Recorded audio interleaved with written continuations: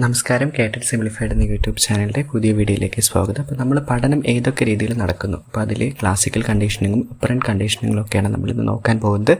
അപ്പോൾ എന്താണ് പഠനം എന്ന് നമ്മൾ നോക്കിയാൽ ഒരു കുട്ടിയിൽ അല്ലെങ്കിൽ ഒരു വ്യക്തിയിൽ ബോധപൂർവം ഉണ്ടാകുന്ന ബിഹേവിയറൽ ചേഞ്ചാണ് പഠനം എന്ന് പറയുന്നത്. ഇവ ആർജിക്കുന്നത് നിരീക്ഷണത്തിലൂടെയും അനുകരണത്തിലൂടെയും ആവർത്തനത്തിലൂടെയാണ് ഇത് ഒരു കുട്ടി ആർജിച്ചെടുക്കുന്നത്. പിന്നെ പഠന പ്രക്രിയകൾ എന്ന് പറയുന്നത് പങ്കാളിത്തവും അന്വേഷണവും പ്രശ്നപരിഹരണവുമാണ്. പിന്നെ പഠനം 3 രീതിയിലാണ് നിർവചിച്ചിരിക്കുന്നത്. അനുബന്ധനം വഴി പഠനം സാധ്യമാകാം, അനുപൂരണം വഴിയുണ്ട്, SR ബന്ധം വഴിയുണ്ട്. അതായത് ചോദക പ്രതികരണ ബന്ധത്തിലൂടെ. പഠനത്തിൻ്റെ കുറച്ച് സവിശേഷതകളുണ്ട്. പെരുമാറ്റത്തിലുണ്ടാകുന്ന താൽക്കാലിക മാറ്റങ്ങൾ പഠനമല്ല. പിന്നെ പരിപക്വനം കൊണ്ട് ഉണ്ടാകുന്ന മാറ്റങ്ങൾ പഠനമായി കണക്കാക്കാനാവില്ല. ജീവിത വ്യവഹാരങ്ങൾക്കാവശ്യമായ അറിവും മനോഭാവങ്ങളും ആർജിക്കുന്ന പ്രക്രിയയാണ് പഠനം എന്ന് പറയുന്നത്. ഓക്കെ, അപ്പോൾ ഇനി വ്യവഹാര മനഃശാസ്ത്രം അല്ലെങ്കിൽ SR ബന്ധമാണ് ഇവിടെ നേരത്തെ നമ്മൾ നോക്കാൻ പോകുന്നത്.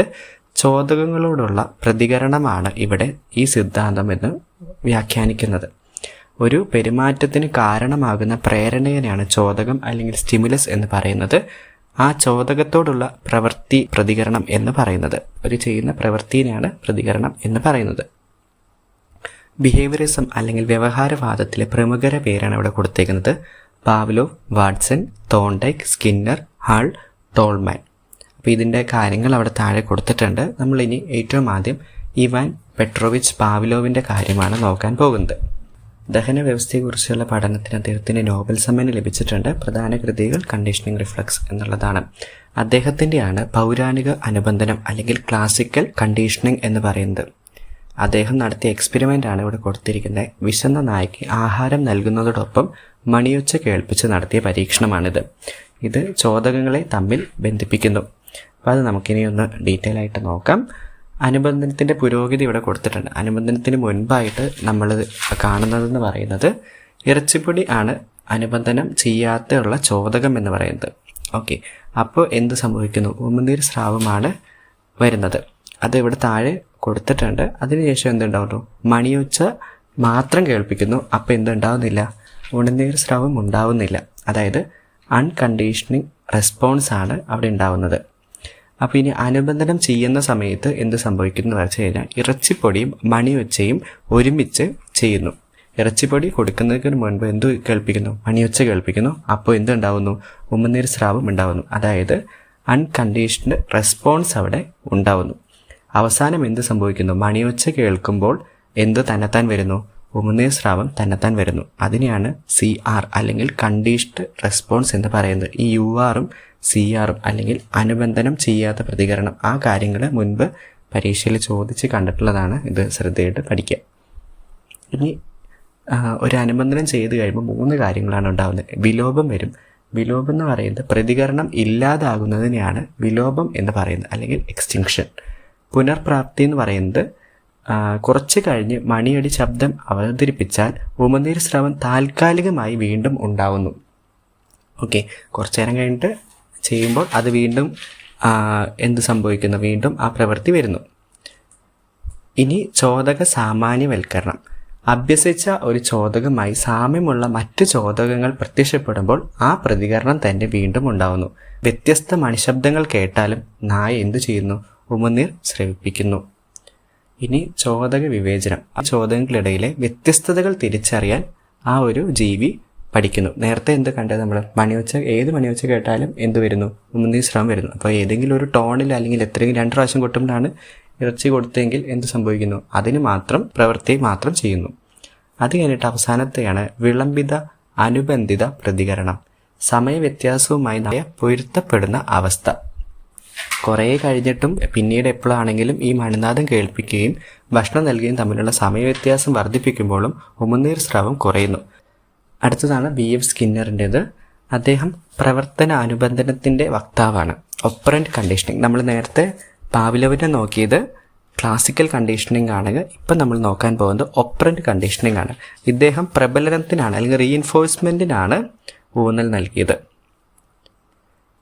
പ്രവർത്തനാനുബന്ധനം നടത്താൻ വേണ്ടി സ്കിന്നേഴ്സ് ബോക്സ് എന്ന് പറഞ്ഞൊരു ബോക്സിൻ്റെ അകത്ത് ഒരു എലീനെ ഇട്ടിട്ട് നടത്തിയ പരീക്ഷണമാണുള്ളത്. സ്കിന്നറുടെ അഭിപ്രായത്തിൽ പഠനം നടക്കുന്നത് റെസ്പോൺസ് സ്റ്റിമുലസ് അല്ലെങ്കിൽ RS ബന്ധത്തിലൂടെയാണ്. നമ്മൾ നേരത്തെ പാവ്ലോവിൻ്റെയിൽ കണ്ടത് SR ബന്ധമാണെങ്കിൽ ഇവിടെ RS റെസ്പോൺസിനനുസരിച്ച് സ്റ്റിമുലസ് ഉണ്ടാവുകയാണ് ചെയ്യുന്നത്. പ്രതികരണം കഴിഞ്ഞാലൂടെ നൽകുന്ന പ്രബലനമാണ് പഠനം ഉറപ്പിക്കുന്നത് എന്നാണ് അദ്ദേഹത്തിൻ്റെ വാദം. പ്രബലനം 2 തരത്തിലുണ്ട്: ധനപ്രബലനം, രണപ്രബലനം. ധനപ്രബലനം പോസിറ്റീവ് റീഇൻഫോഴ്സ്മെൻറ്റും രണപ്രബലനം നെഗറ്റീവ് റീഇൻഫോഴ്സ്മെൻറ്റ് എന്നും പറയുന്നു. നല്ല പ്രതികരണത്തിന് സമ്മാനമോ പ്രശംസയോ നൽകലിനാണ് ധനപ്രബലനം എന്നുകൊണ്ട് ഉദ്ദേശിക്കുന്നത്. രണപ്രബലനത്തിൽ സമ്മാനം നൽകുന്നില്ല, പകരം അസ്വസ്ഥമായിട്ടുള്ള അല്ലെങ്കിൽ അസ്വീകാര്യമായിട്ടുള്ള ഒരു കാര്യത്തെ ഒഴിവാക്കി കൊടുക്കുകയാണ് ചെയ്യുന്നത്. അപ്പോൾ ഇത് നമുക്കൊന്ന് ഡീറ്റെയിൽ ആയിട്ട് നോക്കാം. പ്രബലനം അല്ലെങ്കിൽ റീഇൻഫോഴ്സ്മെൻറ്റ്. അഭിലഷണീയമായ പ്രതികരണത്തിന് ഉടൻ തന്നെ ചോദകം നൽകുന്ന പ്രക്രിയയാണ് പ്രബലനം.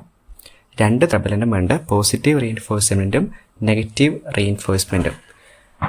നല്ലൊരു പ്രവൃത്തി ചെയ്യുമ്പോൾ ഉടൻ തന്നെ ചോദകം നൽകുന്ന സംതൃപ്തിജനകമായ ചോദകം നൽകുന്ന പ്രക്രിയയാണ് ധനപ്രബലനം. രണപ്രബലനത്തിൽ എന്തെങ്കിലും പ്രതികരണം ഉണ്ടാകുമ്പോൾ അസുഖകരമായ ഏതെങ്കിലും ഒരു ചോദകം പിൻവലിക്കപ്പെടുകയാണ് ചെയ്യുന്നത്.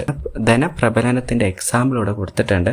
മികച്ച ഉൽപാദനക്ഷമതയുടെ അടിസ്ഥാനത്തിൽ ഫാക്ടറിയിലെ ജീവനക്കാർക്ക് കൂടുതൽ ആനുകൂല്യം നൽകുന്നു, അല്ലെങ്കിൽ ക്ലാസ്സിൽ നൽകുന്ന പ്രശംസകളും അംഗീകാരവും പഠനത്തിന് നൽകുന്ന ധനപ്രബലനമാണ്. ഇനി രണപ്രബലനത്തിൽ എന്ത് സംഭവിക്കുന്നു? യൂണിറ്റ് ടെസ്റ്റിൽ നല്ല സ്കോർ നേടുന്ന കുട്ടികളെ നോട്ട്ബുക്കിൽ പാഠഭാഗം പകർത്തി എഴുതുന്നത് കൊണ്ട് വരാനുള്ള അസൈൻമെൻറ്റിൽ നിന്ന് ടീച്ചർ ഇവിടെ ഒഴിവാക്കുകയാണ് ചെയ്യുന്നത്. ഇതിൻ്റെ ഏതെങ്കിലും 1-2 എക്സാമ്പിൾ നിങ്ങൾക്ക് കിട്ടുന്നുണ്ടെങ്കിൽ അത് കമൻറ്റ് ബോക്സിൽ ഒന്ന് എഴുതിയിട്ടാൽ നല്ലതായിരിക്കും. അടുത്തത് സ്കിന്നറുടെ ആശയങ്ങളുടെ പ്രസക്തിയാണ്. പഠനാന്തരീക്ഷം പഠിതാവിന് സംതൃപ്തി നൽകണം, നല്ല പ്രവർത്തനങ്ങളെ ഉടൻ തന്നെ പ്രശംസിക്കണം, ശിക്ഷയേക്കാൾ പ്രാധാന്യം നൽകേണ്ടത് സമ്മാനങ്ങൾക്കായിരിക്കണം. ഓക്കെ, ഇനി അടുത്തത് വാട്സൻ്റെ കാര്യത്തിലാണ് നമ്മൾ പോകാൻ പോകുന്നത്. അദ്ദേഹത്തിൻ്റെ പ്രധാന കൃതിയാണ് ബിഹേവിയറിസം എന്നുള്ളത്. വ്യവഹാര മനഃശാസ്ത്രം അല്ലെങ്കിൽ ബിഹേവിയറിസത്തിൻ്റെ പിതാവെന്ന് അറിയപ്പെടുന്നു. അദ്ദേഹം നടത്തിയ എക്സ്പെരിമെൻ്റ് കുഞ്ഞ് ആൽബർട്ട് പരീക്ഷണമാണ്. അതായത് ഒരു വെളുത്ത എലിയെ തൊടാൻ ശ്രമിക്കുമ്പോൾ ഭീതിജനകമായ ശബ്ദം കേൾപ്പിച്ച് കുട്ടിയിൽ ഭയം സൃഷ്ടിക്കുന്ന പരീക്ഷണം. ശിശുവികാസത്തിൽ ഏറ്റവും പ്രധാന ഘടകം പരിസരമാണ് എന്നാണ് അദ്ദേഹം അവകാശപ്പെടുന്നത്. അതിൻ്റെ ഒരു ഇമേജ് അവിടെ താഴെ കൊടുത്തിട്ടുണ്ട്. വാട്സൻ്റെ പ്രധാന കണ്ടെത്തലുകളാണ് ഇവിടെ കൊടുത്തിരിക്കുന്നത്. ശിശുവികാസത്തിൽ പരിസരത്തിനാണ് ഏറ്റവും പ്രാധാന്യം എന്ന് അദ്ദേഹം കണ്ടെത്തിയിരിക്കുന്നു. ചോദക പ്രതികരണങ്ങളുടെ ആവർത്തനം പഠനത്തെ ശക്തമാക്കുന്നു. ചോദകങ്ങളെ ഫലപ്രദമായി ഉപയോഗിച്ച് ഏത് തരം പ്രതികരണങ്ങളും രൂപപ്പെടുത്താമെന്ന് അദ്ദേഹം തെളിയിച്ചു. ടൈം ലാഗ് അനുബന്ധനത്തെ സ്വാധീനിക്കുന്നുണ്ട് എന്നും പറയുന്നു. നല്ല ശീലങ്ങൾ കുട്ടികളിൽ വളർത്താൻ ഉപയോഗിക്കാം. ഭീതി മാറ്റാൻ വേണ്ടി വിലോപം അല്ലെങ്കിൽ എക്സ്റ്റൻഷൻ, അതുവഴി അനാവശ്യമായി ഭീതി മാറ്റാൻ പറ്റും. ഭാഷാ പഠനം, ചിത്രങ്ങളും പദങ്ങളും യോജിപ്പിച്ച് പഠിക്കുന്ന രീതി. അടുത്തത് നമ്മൾ തോണ്ടേക്കിൻ്റെ കാര്യങ്ങളാണ് നോക്കാൻ പോകുന്നത്. കൊളംബിയ സർവകലാശാലയിലെ പ്രൊഫസറായിരുന്നു. ശ്രമപരാജയ സിദ്ധാന്തത്തിൻ്റെ വക്താവ്. നമ്മൾ കഴിഞ്ഞ ദിവസത്തെ ക്ലാസ്സിൽ ഇതിനെപ്പറ്റി പറഞ്ഞിട്ടുണ്ടായിരുന്നു. ട്രയൽ ആൻഡ് എറർ തോണ്ടേക്കാണ് കണ്ടെത്തിയത് എന്നുള്ളത്. അദ്ദേഹം നടത്തിയത് പ്രശ്നപേടകത്തിലെ പൂച്ച എന്ന പരീക്ഷണമായിരുന്നു. വിശന്ന പൂച്ചയെ ഒരു പെട്ടിയിലാക്കി പുറത്ത് ആഹാരം വയ്ക്കുന്നു. ആവർത്തിച്ചുള്ള ശ്രമങ്ങളിലൂടെ വാതിൽ തുറക്കാൻ പൂച്ച പഠിച്ചെടുക്കുന്നു.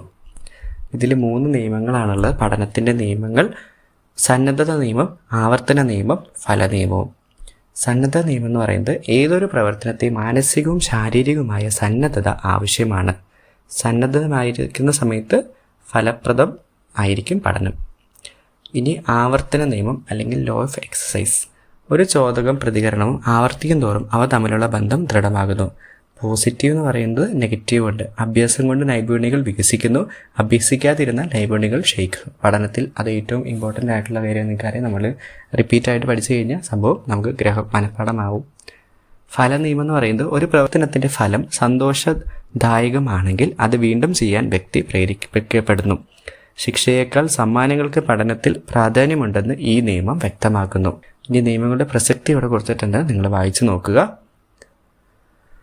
വ്യവഹാരവാദത്തിൻ്റെ പരിമിതികൾ. ജന്തുക്കളിലെ പരീക്ഷണം മനുഷ്യരിലെ ഉയർന്ന മാനസിക പ്രക്രിയയുമായി താരതമ്യം ചെയ്യുന്നത് അശാസ്ത്രീയമാണ്. നിയന്ത്രിത സാഹചര്യങ്ങളിലുള്ള കണ്ടെത്തലുകൾ സ്വാഭാവിക പഠനത്തെ പൂർണ്ണമായി വിശദീകരിക്കുന്നില്ല. പഠനം കേവലം യാന്ത്രികമായി നടക്കുന്നു എന്ന് വാദിക്കുന്നു. അപ്പോൾ ഇത്രയാണ് നമ്മളിപ്പോൾ വീഡിയോയിൽ ഡിസ്കസ് ചെയ്യാൻ ആഗ്രഹിച്ച കാര്യങ്ങൾ. Okay, thank you.